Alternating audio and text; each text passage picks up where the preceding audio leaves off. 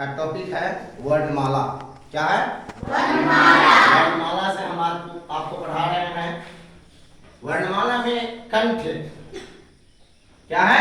कंठ, तालव्य, मूर्धन्य, दंत, ओष्ठ, ये सब उच्चारण स्थान है। तो कंठ से उच्चारण होने वाले वर्ण हैं क वर्ग, यानी क वर्ग की जो भी ध्वनियां हैं वह कंठ से उच्चारण होता है। च वर्ग यानी च वर्ग की जो भी ध्वनियां हैं वह तालव्य से उच्चारण होता है। यानी इसको हम इस तरह से पढ़ेंगे क च ट त प, क च ट त प। क्या पढ़ेंगे? क च ट त प।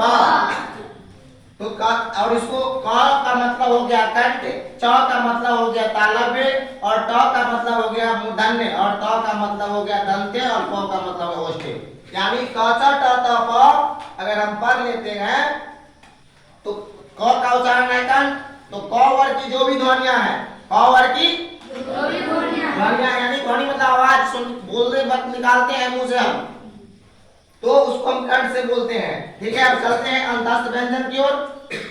अंतस्थ व्यंजन है य र ल व। अंतस्थ व्यंजन कौन है? अंतस्थ व्यंजन की संख्या 4 है। कितनी है? 4। 4 है अंतस्थ व्यंजन की संख्या। कौन कौन? य र ल व। उष्म या संघर्षी व्यंजन, उष्म या संघर्षी व्यंजन तालव्य स, मूर्धन्य स, दंत स, ह, इसकी भी संख्या कितनी है? 4। घोष व्यंजन 3, 4, 5 का मतलब हो गया, यहाँ जो हम 3, 4, 5 दिए हुए हैं इस वर्ग के अंदर, यानी ग घ अंग, ज झ अंग, ट ठ, यहाँ टटा नहीं, ड ढ ड़, 3, 4, 5 जो वर्ण है उसको क्या बोलते हैं? घोष वर्ण। और य र ल व, य र ल व, और सभी स्वर वर्ण। अब घोष व्यंजन में चलते हैं 1, 2। 1, 2 का मतलब हुआ है यहाँ पर जो 1, 2 दिया हुआ है, एक वर्ण का मतलब पहला अक्षर जो भी है, जिस वर्ण की पहला अक्षर और दूसरा अक्षर है वह आते हैं आपको अघोष वर्ण के अंतर्गत। और तालव्य स, मूर्धन्य स, दंत स अघोष व्यंजन के अंतर्गत आते हैं। अब चलते हैं हम महाप्राण और अल्पप्राण।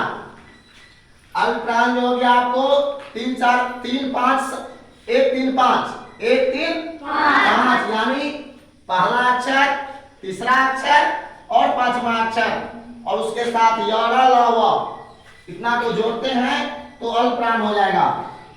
जैसे पहला हो गया क, कोई पूछेगा आपसे कि क क्या है, अल्पप्राण है या महाप्राण है? तो क्या बोलेंगे?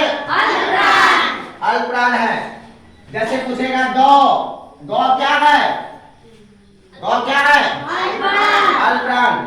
उसी तरह पूछेगा य, तो य क्या है? अल्पप्राण।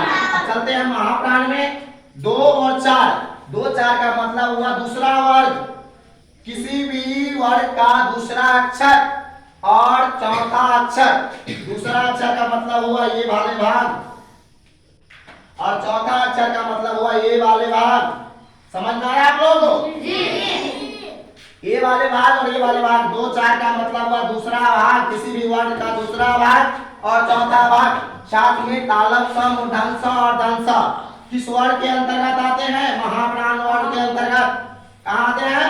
महाप्राण के अंतर्गत। अब चलते हैं हम भाषा, यानी किसी भी भाषा को जो हम बोलते हैं उसकी सबसे छोटी इकाई को हम ध्वनि बोलते हैं, जिसको आवाज। भाषा की सबसे छोटी इकाई क्या कहलाती है? क्या कहलाती है? ध्वनि। वर्ण और वर्णमाला हम किसको बोलते हैं? वर्ण की व्यवस्थित समूह को वर्णमाला बोलते हैं। व्यवस्थित मतलब एक व्यवस्था के साथ सजाया गया हो। जैसे फूल को हम फूलमाला कैसे बोलते हैं? एक फूल को एक माला की तरह गूंथते हैं उसमें, है ना, तो माला बनता है, तो फूलमाला हो गया। उसी तरह वर्ण को हम व्यवस्था करके लगाएंगे, अ के बाद आ के बाद हर्षी, क के बाद ख, उसी तरह पूरे समूह को क्या बोलेंगे हम? वर्णमाला। हिंदी वर्णमाला में हिंदी भाषा के हिंदी वर्णों में कुल वर्ण की संख्या कितनी है? 52। कितनी है? 52। कुल कुल वर्णों की संख्या कितनी है? 52। अब हम चलते हैं आगे। उच्चारण की दृष्टिकोण से वर्णमाला को दो भागों में बांटा गया है। कितने भाग में बांटा गया है? 2। उच्चारण की दृष्टिकोण से जब हम उच्चारित करते हैं किसी चीज को, उसको दो भागों में बांटा गया। पहला स्वर वर्ण, दूसरा व्यंजन वर्ण। कौन वर्ण? स्वर वर्ण और व्यंजन वर्ण। स्वर वर्ण की संख्या है 11। कितनी है? 11। स्वर वर्ण की संख्या 11। जैसे अ, आ, हर्षी, दीर्घी, हर्षो, दीर्घो, री, ए, ओ, औ। इसको बोलने में स्वतंत्र है, इसको बोलने में किसी भी वर्ण की या मदद नहीं लेता है। कैसे कहते हैं? क। जब हम क बोलते हैं तो अ आता है, तो क स्वर नहीं है। क्यों नहीं है? क्योंकि क स्वर वर्ण की मदद लेता है। तो स्वर वर्ण की परिभाषा है जो वर्ण स्वतंत्र रूप से बोली जाए, यानी किसी की मदद नहीं ले, किसी भी वर्ण की मदद नहीं ले, उसे हम स्वर वर्ण कहते हैं। ठीक है, तो स्वर वर्ण की संख्या कितनी है? 11। अब स्वर वर्ण के भी दो पार्ट है, एक ह्रस्व और एक दीर्घ स्वर। क्या है? एक ह्रस्व और एक दीर्घ स्वर। तो ह्रस्व में चलते हैं। ह्रस्व की संख्या है 4। जैसे अ, हर्षी, दीर्घ उ और री। ह्रस्व का मतलब हुआ जिसको बोलने में कम जोर लगे, यानी कम जोर का मतलब अल्प समय लगे, जल्दी में बोलते हैं उसको ह्रस्व बोलते हैं। जिसको बोलने में थोड़ा ज्यादा समय लगे, जैसे आ, लगता है ना, थोड़ा घिचाता है समय। तो जो बोलने में थोड़ा अधिक समय ले, अधिक जोर ले, उसे हम क्या बोलते हैं? दीर्घ स्वर। तो दीर्घ स्वर की संख्या है 7 और ह्रस्व की संख्या है 4। तो 7 कौन है, 4 कौन है, मालूम हो गया आपको? अब हम चलते हैं आगे। स्पर्शी स्वर, स्पर्शी व्यंजन। चलते हैं स्पर्शी व्यंजन। स्पर्श नाम से ही पता चलता है कि स्पर्शी व्यंजन, यानी जिसको हम स्पर्श करके बोले। जैसे क, तो क अ की स्पर्श से बोला जाता है, बोलाता है ना।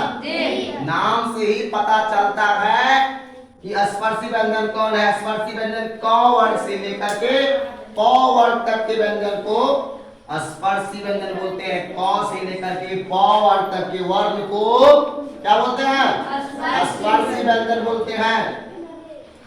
जो स्पर्श से बोला जाए, किसी की मदद से बोला जाए। अब अंतस्थ व्यंजन, अभी आपको पीछे बताया